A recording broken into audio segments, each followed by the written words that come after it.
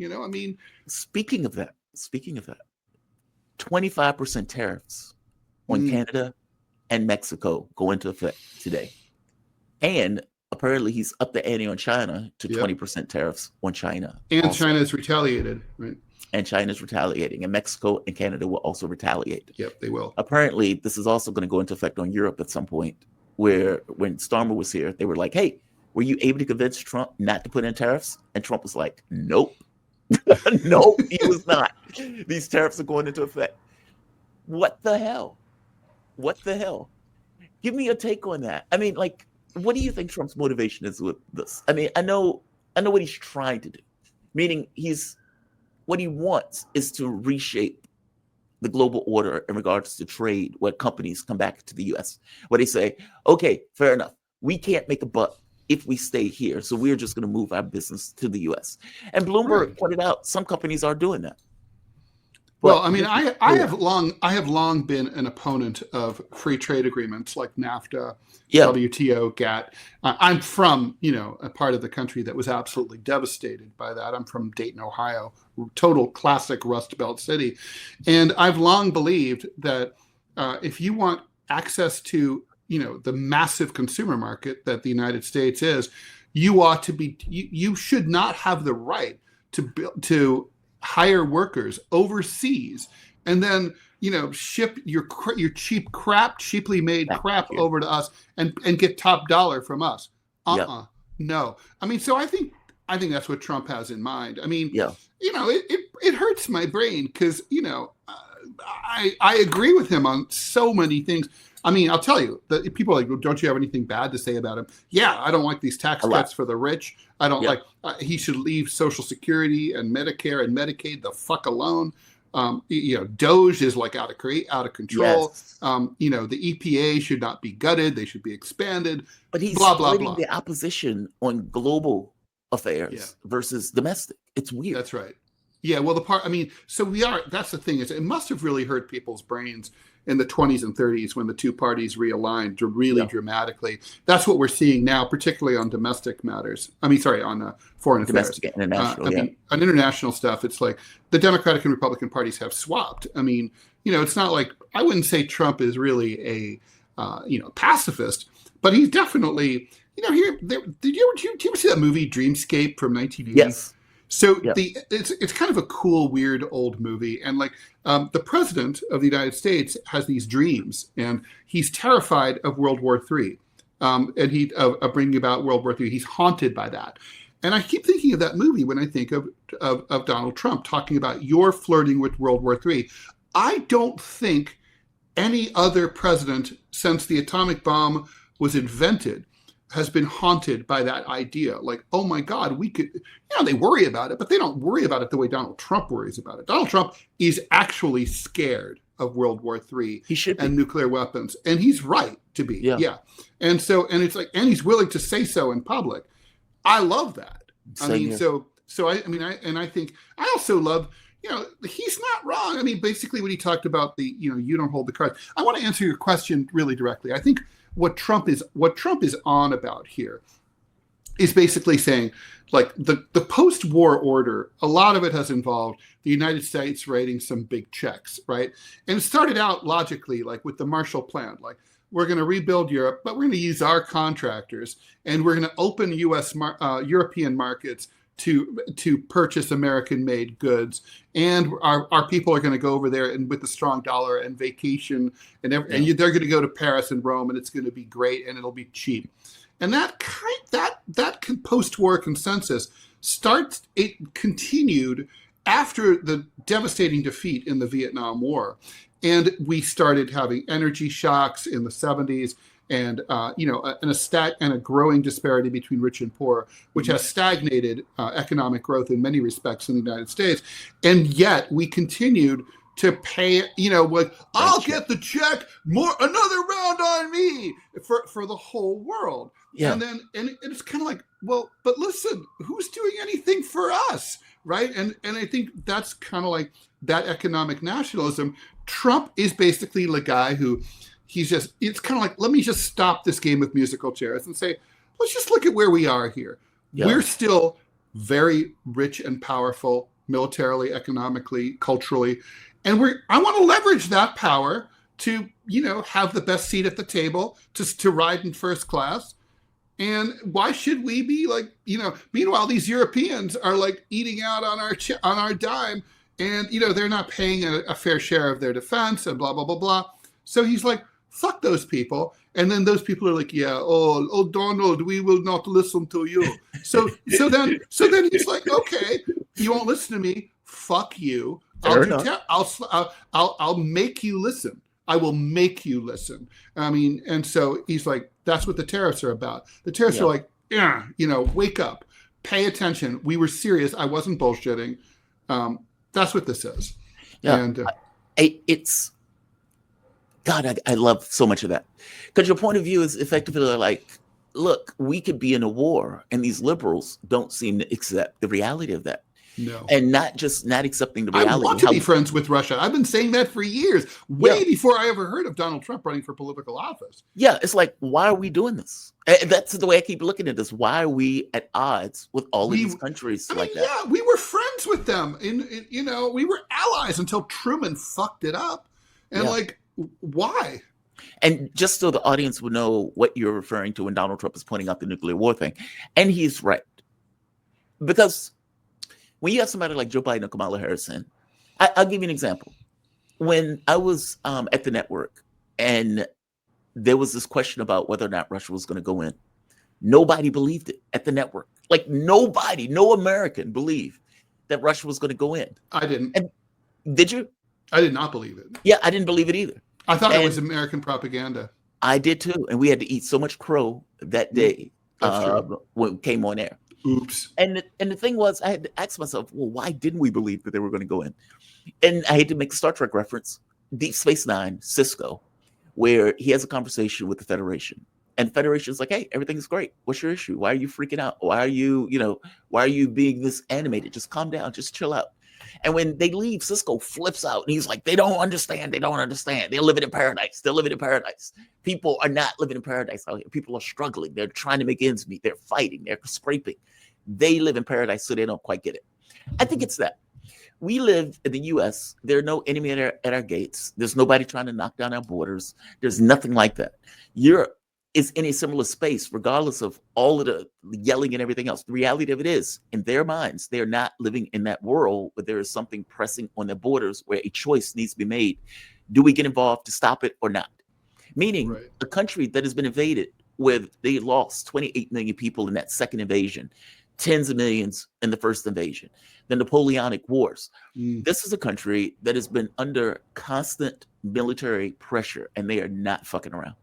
Meaning, when Russia is looking at this and they're saying, hey, you guys blew off the Minsk agreements.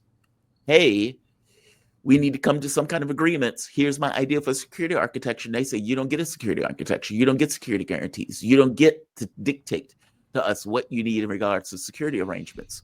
Okay, you guys are killing ethnic Russian Ukrainians in the Donbass. You're on our border. Shut up. You don't get a say. Okay. And they invade. We as Americans don't get like the full gravity of what was taking place in a way where we can fully get it from flesh to bone, where we'll be like, he'll invade. So our take was, this is propaganda. They're not going to do it. The question becomes, okay, well, what's the alternative to invading? There isn't one. Like, either they're going to let Ukraine become part of NATO and expand to the border of Russia, or Russia stops it. Those are your only two options.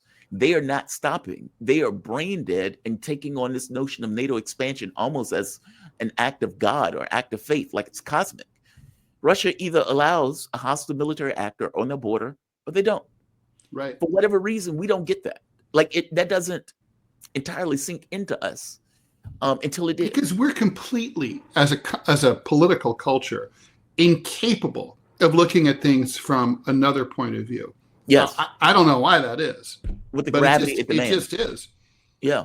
So this is Trump effectively saying, okay, these liberals are out of their minds, and they will keep pushing and pushing and pushing, even to the point of nuclear war, because they're living in a fantasy land, as opposed to the reality that I am trying to impose on Zelensky and into Europe. This is your point when Trump points out, we are pushing You are flirting with nuclear war. And by the way, Europe is, because these stupid idiots are still trying to put out a plan what America is the backstop.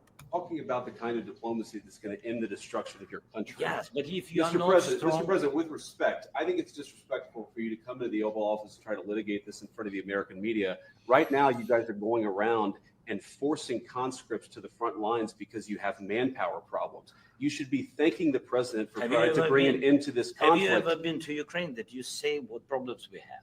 I have been to Come once. I've actually watched and seen the stories, and I know what happens is you bring them on a propaganda tour, Mr. President.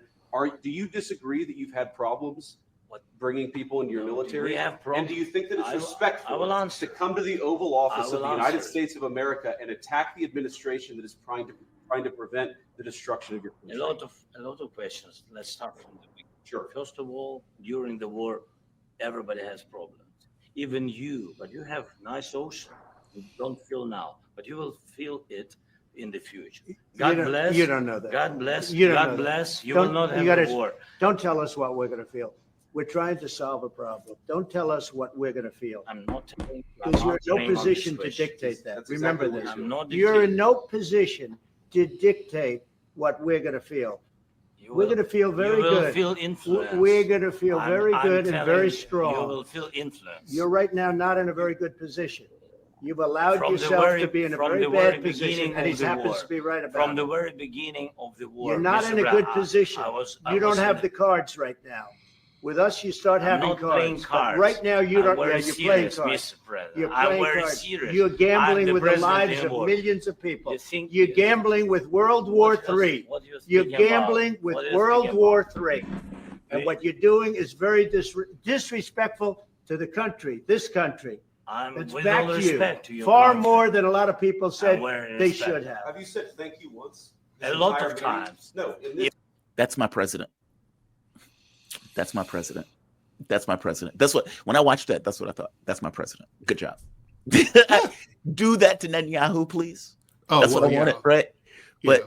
in that moment, that is my president. And I don't know what's going on between Bibi and Donald, but I suspect it's not the same, right? It's not the same dynamic. But I do Unfortunately. suspect there are disagreements. I have no I think reason there are. to say that. I think all things being equal, Trump probably wants the ceasefire to last. Mm-hmm. Even if he backs Netanyahu to the hill, he probably wants it to last. Yeah. I guess my thing with that is an intervention. And that is him pointing out, dude, you are trying to entangle the United States into a third world war. You trying to get into NATO is trying to bring the world to the brink of a And third I've world war. already decided how this is Yes. going to end. Yes. And this isn't a negotiation. Not This is between a you and surrender. me. Yeah. This is what's what. You're going to agree or fuck off. That's And what he's this at is the about. fuck off stage. He's Yeah. at the fuck off stage. I love this. I've never heard a president do this. And what I mean by that is to be like, look, we are playing around with countries with all of the nuclear or most of the nuclear weapons in the world. Mhm. We have at the point where we're firing missiles into Russia, and Russia has fired off the Orezhnik as an example and a warning that this can happen to European capitals. Mhm. Why are we continuously pushing in a direction where we've lost? Meaning, not only have we lost the war, the only thing that you can get out of this is a nuclear war that would change the context on the ground.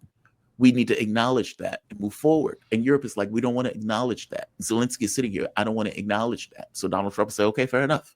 Handle it on your own. Figure it out. And, And you know, if they I could gotta figure say, it I out- don't even understand really what, from the European standpoint, besides the benefit of selling more weapons, what is the point of this, of continuing this conflict? I mean, what could Ukraine possibly get from continuing it? Are they going to recapture a substantial amount of territory? No. No. So what is there to be gained? I mean, this is I going to think go they've on. cognitively associated themselves with the war. Like Joe Biden. Like, is there any situation that Joe Biden could walk away after we're with you for as long as it takes? It's $300 billion. Ukraine was unprovoked war of aggression. Like, you spend 3 years breathing, inhaling that, explaining that to your populations, and getting your local populations to suffer under that argument. and not just suffer under that argument. If you look at the businesses in Germany that were collapsing, the businesses in Europe that were going belly up because they couldn't afford the energy costs, and then you turn around and say, okay, now let's end the war. How do you do that? Like if you're Macron, if you're Starmer, if you're one of these other idiots, Schultz, that decided that you were going to fuck over your own local populations for Ukraine under this model, Ukraine is a democracy. Ukraine is a beacon of light. All of this nonsense. How do you walk back? It's very hard. Yeah. I guess I didn't think I was going to mention de Gaulle twice in this broadcast, but the way you would do it, and it's very rare, right? Most of the time when a country has a failed war, there has to be a change of power, a new ruler comes in, a new president or whatever, and that's Trump. And so that's clearly what's happened here. De Gaulle, he's an exception. He was a huge proponent of of Algeria being in France, very militantly so. And then, the Algerian resistance and independence movement was very radical and very violent.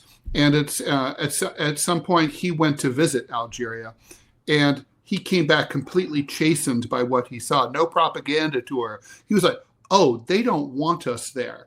And, he got reality. Things got real. So he went on French national television and radio. I think this was 1962. And he just said, look, I was wrong. I was such a proponent of French Algeria. I believed that Algeria should be French forever. It was a province of France. It was a completely part of France, like Hawaii is part of the United States. Yeah. It wasn't just a colony. And he was like, nevertheless, I was mistaken. We're getting out of Algeria. We're going to help the new Algerian independence government with training and money so that there's a smooth transition and they do okay after we're gone. And their people were so pissed at him that his own generals tried to assassinate him. The Day of the Jackal is like a fictionalized version of those assassination attempts, which were all the time. His own military was constantly trying to kill him. And so, because they were so pissed, they viewed him as a traitor for that. But that's what you do, right? That's the point. The fact that it's hard and it's an exception is, makes your point. Basically, nobody does that. How do you admit? Nobody does it. How could Johnson knew that the war in Vietnam was lost, but he couldn't order the withdrawal. Nixon could do it, but only later. Yeah. They are in a fantasy land. That's my take.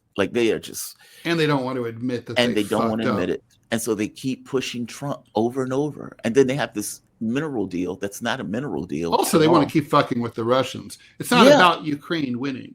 They don't care about that. It's about fucking with the Russians. And they believe that they could do so at a distance and using the U.S. as a backstop to do so. It's the Brzezinski thing all over again. Yep. In Afghanistan. It's wild to me. Give me your take. When you saw the sanction thing, so right here, Trump administration weighs lifting sanctions on Russia. The possible plans are reportedly part of the president's effort to improve ties with Moscow and in the Ukraine conflict. Now, he is doing this outside of anything going on with Zelensky and outside of anything going on with Europe. Yep. Meaning it's almost like he's working on multiple cylinders. Right. The White House has directed the state and Treasury departments to draft proposals for easing certain sanctions on Russia, Reuters reported on Monday, citing sources familiar with the matter.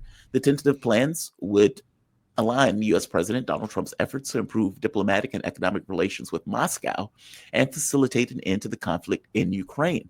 The proposed sanction relief could include specific Russian entities and individuals, including some business leaders, according to the outlet. The list will be discussed with Russian representatives in the coming days as part of the administration's broad talks with Moscow on repairing ties, sources told Reuters. Now, Ritter, and I would say even Garland, is very bullish on this. I don't know what they think about this. I'm bullish, but I'm cautiously optimistic by nature. Good things often tend not to happen. But I think, and look, this is just an initial preparation, right? There has to be so they have to prepare it. They have to finesse it. They have to then decide whether they're going to enact those sanctions relief as a goodwill gesture before they negotiate with Russia. Then you're going to have to sell it. I probably, knowing the Russians, I think the right approach would be to just do it as a good faith gesture, and Russians will appreciate that. Things don't have to be in that strict Anglo-Saxon like quid pro quo, like repo man switching, the keys for the money. It doesn't have to be like that. Russians are different. Honor is more of a concept there. But it depends on how they decide to put. I'd say it looks good. The only thing that I think could fuck it up would be if, I know these are viewed as two discrete issues, but if the Europeans somehow like gum up the works, oh, we're going to come through for Ukraine, we're going to give them, but then it's like, okay, then Europe's deciding to say, fuck the United States. I don't know if they're prepared to go that far. And anyway, will it stick? Well, it's not going to stick in 3 years when Marine Le Pen is the prime minister, is the president of France, which she will be. It's not going to stick when Keir Starmer is gone, which could be like next week.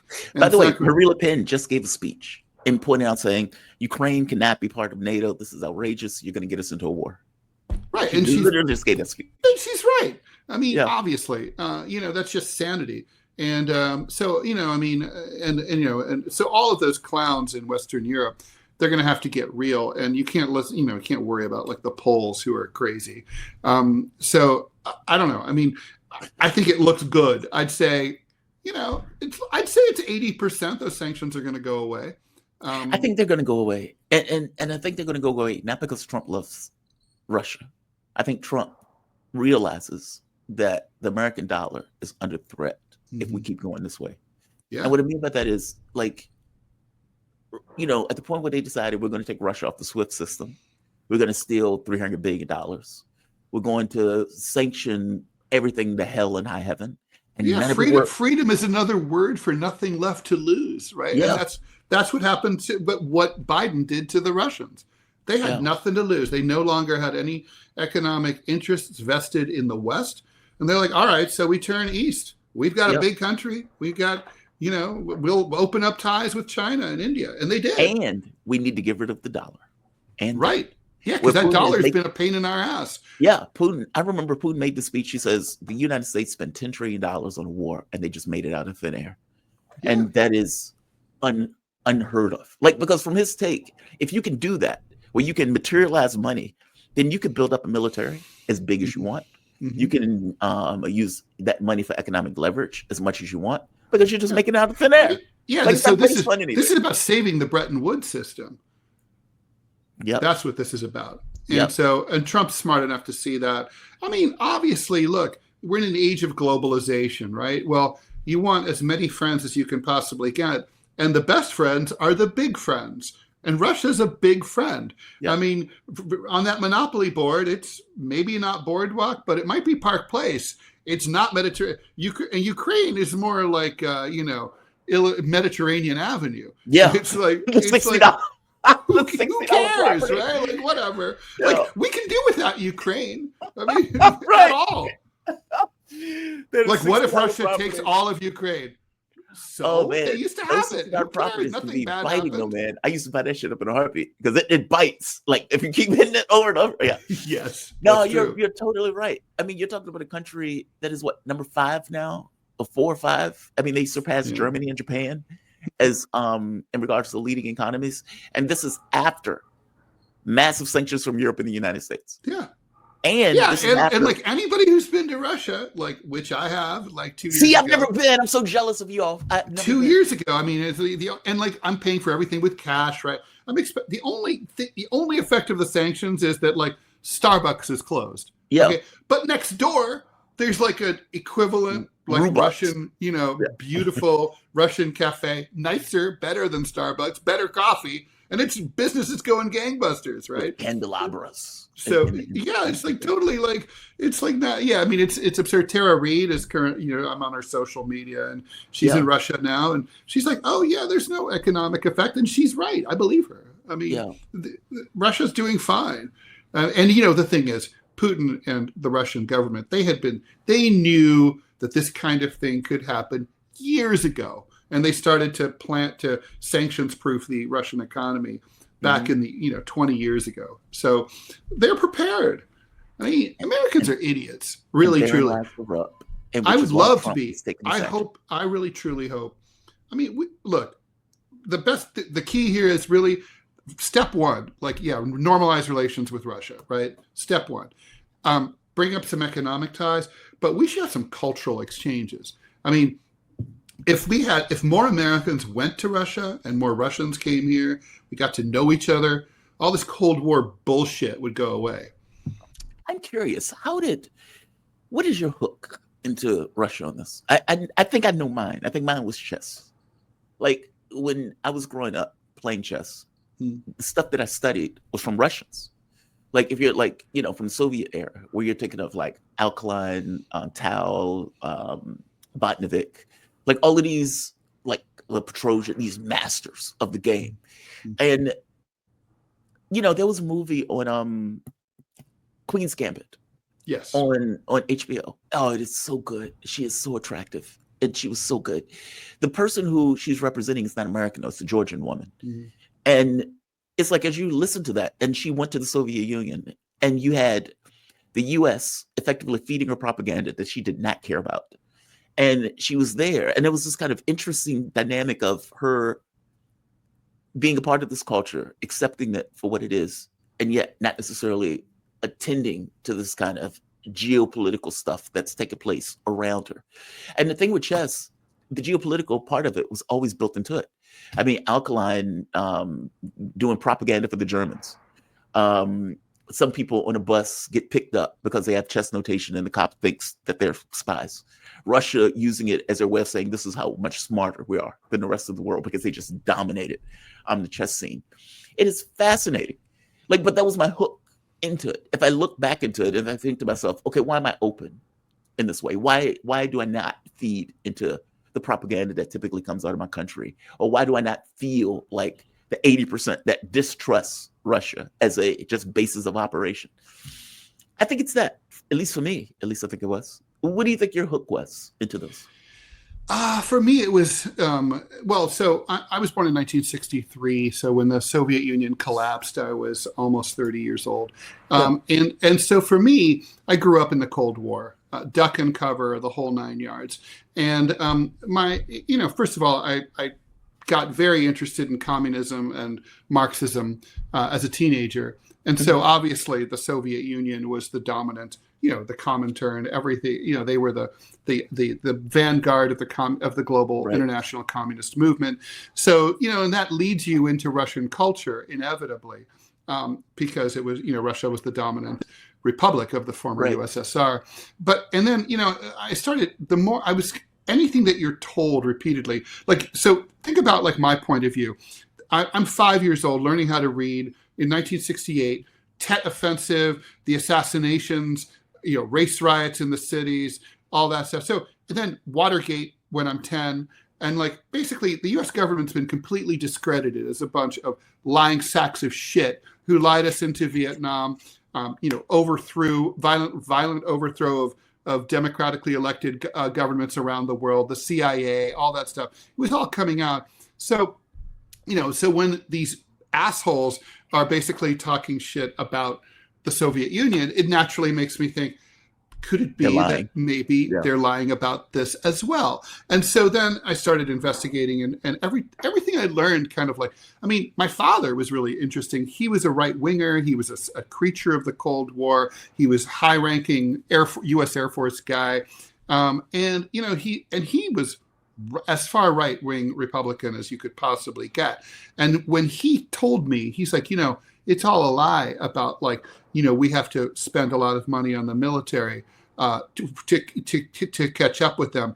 It's the other way around. They're spending a lot of money to keep up with us. The missile gap. The arms race is we're causing it. And this is a guy who's he spent his entire life working for the U.S. military and for defense contractors, and he's a right winger. And he's so if he's saying that, then it's true. It's Yeah. a hunt, take it to the bank, right? And so, and then I met people who'd been, and then I got the opportunity to go as an adult, and I went right before the collapse and right after the collapse, and I really liked. I like Russians. I like the Russian language. I'm not really good with languages. Like I had real trouble taking Spanish in college, but somehow Russian I take to it.